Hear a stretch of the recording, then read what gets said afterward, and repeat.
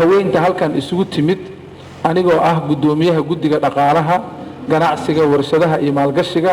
ee baarlamaanka Soomaaliya qaasatan golaha shacabka Soomaaliyeed anigoo ku hadlayo magaca guddigan sharafta leh ee xildhibaanada halkan wada fadhiya ee arkaysaan iyo xubnaha guddiga ee gudoomiye ku-xigeenka iyo xogayaha iyo xubnaha guddiga ee loo saaray inay maanta idin kala soo qayb galaan waxaan rabaa inaan idinka mahad celiyo dhammaan wasiirada halkan jooga madaxda rugta ganacsiga Soomaaliyeed oo hogaaminayo saaxiibkeen ee gudoomiye Gabayre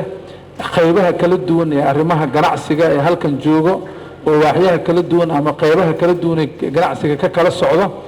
bahda miidiyaha howlwadeennada kulli dhammaantiin assalaamu calaykum waraxmatullaahi wabarakaatuh waxaan rabnaa marka aad iyo aad u mahadsantihiin kulankan maanta anoo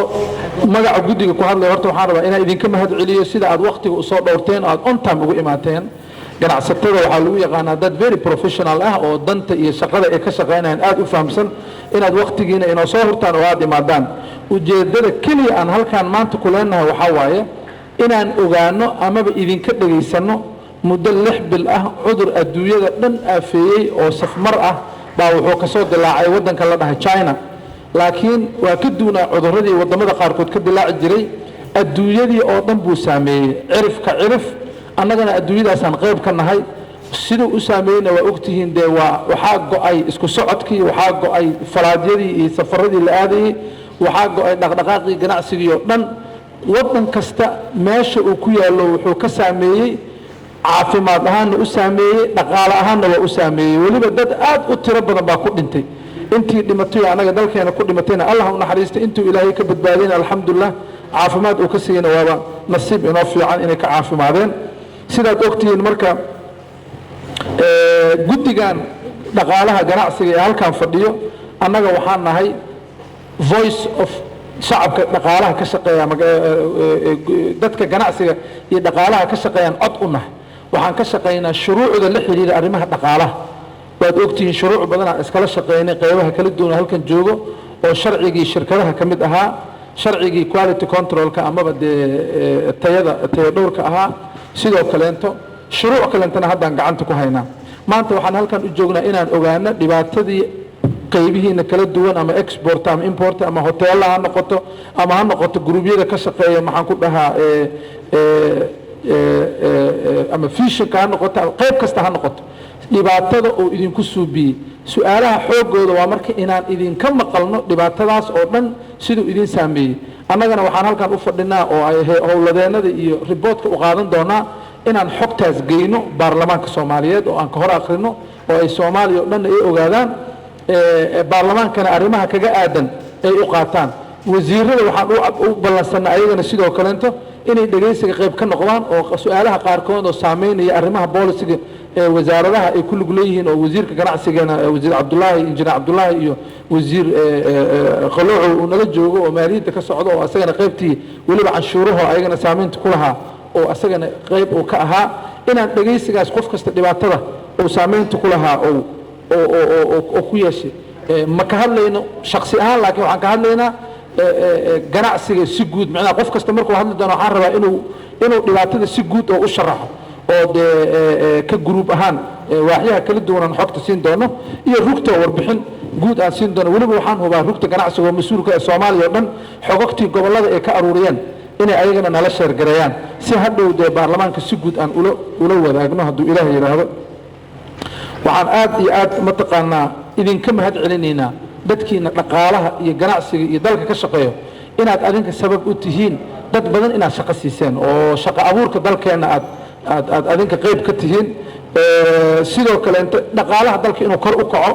oo maxaan ku dhahaa contributionka iyo wax soo saarka dalka iyo suuqgeynta dalka iyo wax kasto sharaf u noqon karto dalkeenan ummadda ka shaqeynaysa inaad adinku madax u tihiin ka guddi ahaan anoo on behalf of ku hadlaya baarlamaanka Soomaaliyeed anoo ku hadlaya shacabka aan wakiilka ka nahay anoo ku hadlaya guddiga magaciisa si guud waxaan rabaa inaan idinka mahad celiyo inaad qiimo weyn ugu fadhidaan dadkeena Soomaaliyeed hadda adinka aal haydeen badeeca la gata lama heli lahayn hoteelo la dega lama heli lahayn transportation iyo wadooyinkan aad kaalinta ka qaadateen lama heli lahayn waa inaan ogaanaa inaysan waxaan iska dhicin oo dad Soomaaliyeed oo waxtar leh oo hoggaan ah oo u dhabar adeegay waliba waxaan aad iyo aad ugu kalsoonahay aan ogaa anoo dawladda kamid ah waliba qaybtii ugu muhiimsanayd adinka idin la shaqeynaysay wixii nooga baahnaydeen ka dawlad ahaan inaadan idin siinin oo aad dhibaato badan la kulantaan oo wadooyinka aad kula kulantaan oo dhaqaale kabis fiican aan idin la siinin waxaasoo dhan doorkii dawladda inay aad iyo aad u yartahay oo aad u yartahay ayadoo saas ay tahay hadal inaad maalin kasta u heelantiin inaad hoteelo waaweyn dalkan aad ka dhistaan inaad ganacsi kasta oo dalkan qurxin lahaa aad ka dhistaan inaad shaqaale cusub aad qaadataan ina anoo ku hadlayo guddiga magaciisa marka inaa idinka mahad celiyaan rabaa ilaahay intaad hadda ku jirtaan ha idin ballaariyo ha idin barakeeyo adinkana dee qof kastaba qayb oo dalka mas-uul ka yahay qaybtiina waa ka soo baxdeen inaad mar labaad sii laba jibaartaan oo aad kor u qaadaan oo aad mataqaanaa waxaad ka shaqaynaysiin aad sii ballaarisaan insha allah niyad wanaag iyo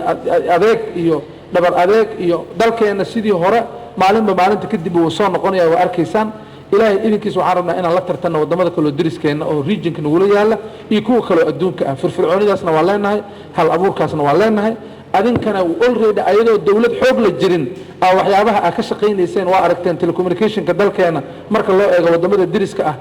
internetka marka loo eego wadamada dariska ah inaan waxaasoo dhan ka horeyno qayb kastana saasaan rabnaa inaan insha allah ugu hormarno sidaasaan rabnaa marka inaan marqaatina ugu noqono maantana hadhowna baarlamaanka ka hor sheegno shacabka Soomaaliyeed ka hor sheegno abaalka iyo dadaalka aad leedihiin inaan ka warqabno hadduu Ilaahay yiraahdo dalbila show waa bandhig wareed loogu talagalay in lagu soo bandhigo horumarada kala gedisan ee dalku ku tilaabsanayo gaar ahaan dhinacyada ganacsiga iyo wax soo saarka waana hindiso u gaara shirkadda adeegga warbaahinta Sima Media oo aqoon iyo waayo aragnimo durugsan u leh bilada ganacsiga iyo horumarinta dhaqaalaha ciddii haddaba danaynaysa in hawlaheeda ganacsi lagu soo bandhigo dalbila show waxay nagala soo xiriiri karaan ciwaanada hoos ku qoran soo gudbinta barnaamijkan waxaa taabageliyey Milga Media Productions